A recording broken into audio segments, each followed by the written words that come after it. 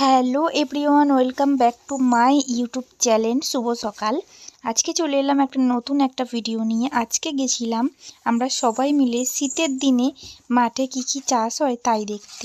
আমরা বলতে গেছিলাম আমার শাশুড়ি মা আর দেওরকে নিয়ে, বাবুকে নিয়ে গেছিলাম।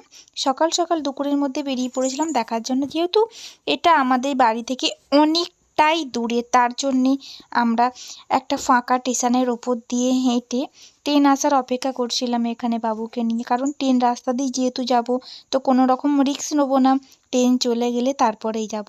কারণ ধারে দাঁড়ানোর একটুও জায়গা নেই, কোথায় ট্রেন আসবে কোথায় বিপদ হয় বলা তো যায় না।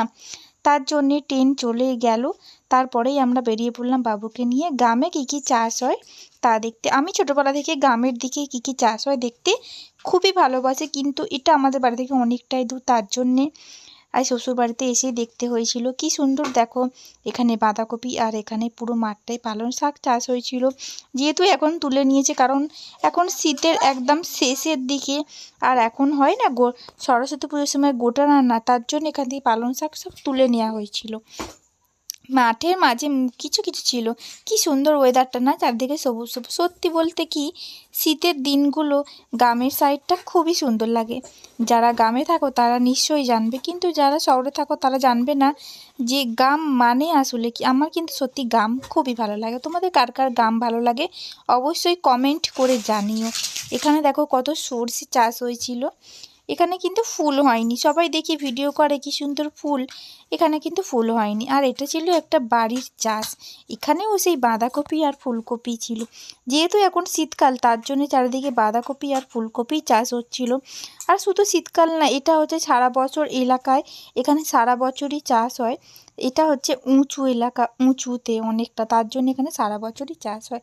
আর বাবু দেখো প্রথমবার এই চাষ দেখে বা এরকম আলের মধ্যে দিয়ে হাঁটতে খুবই ভালো লাগে। আর বাবু তো খুব খুশি হয়েছিল, আর এত দুষ্টুমি করছিল, বারবার বাঁধাকপি আর ফুলকপি তুলে নিচ্ছিল।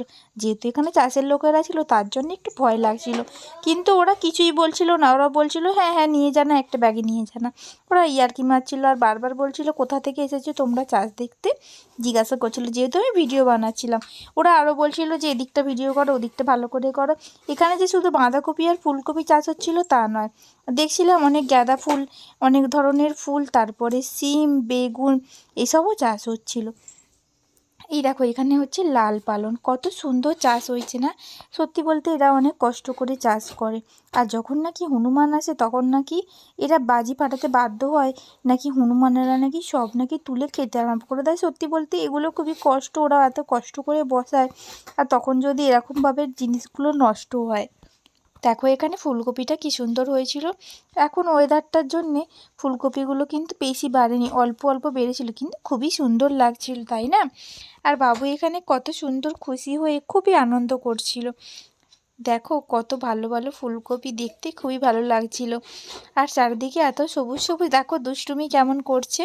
এখানে এসে এত দুষ্টুমি আরম্ভ করেছিল যে আমার তো রাগ ধরছিল, কিন্তু কি করব, ও তো ছোট, ওরও তো ভালো লাগে এগুলো দেখতে। আমার তো খুবই ভালো লাগছে। দেখো মধ্যিখানে মধ্যিখানে কিন্তু যেগুলো ফাঁকা, সেগুলো কিন্তু বাঁধাকপি হয়নি। আর দেখো এখানে কিন্তু গাছে আমড়া হয়েছিল। তোমরা বলো তো, গাছে আমড়া কে কে চাট করে খেতে ভালো লাগে শীতকালে? আমাদের কিন্তু নুন লঙ্কা দিয়ে হেভি লাগিয়ে দেখো কটা পেরে ব্যাগে পুরে নিয়েছিলাম। আর এখানে ভাই পাচ্ছিল আর আমি নিয়ে ভিডিও বানাচ্ছিলাম।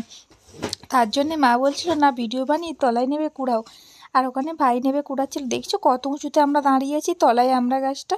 প্রথমেই বলেছিলাম না এটা উঁচু জমি, এখানে সারা বছর চাষ হয়। আর বাবু এখানে তো একটা আমরা খেয়েও নিয়েছিল। আর প্রচণ্ড টক ছিল, শীতকালে এরকম তারা আমরা চাট করে খেতে কিন্তু রোদ্দুরে বসে বসে খুবই ভালো লাগে। আর যেহেতু আমড়া গাছটা চাষের এলাকার মধ্যে ছিল, তার জন্য লোকগুলো বলছিল পেরে নিয়ে যেতে সব কটা, কিন্তু যেহেতু অনেকটা উঁচু ছিল, তার জন্যে যে কটা কঞ্চি দিয়ে পাড়া গেছিলো সে কটাই নেওয়া হয়েছিল।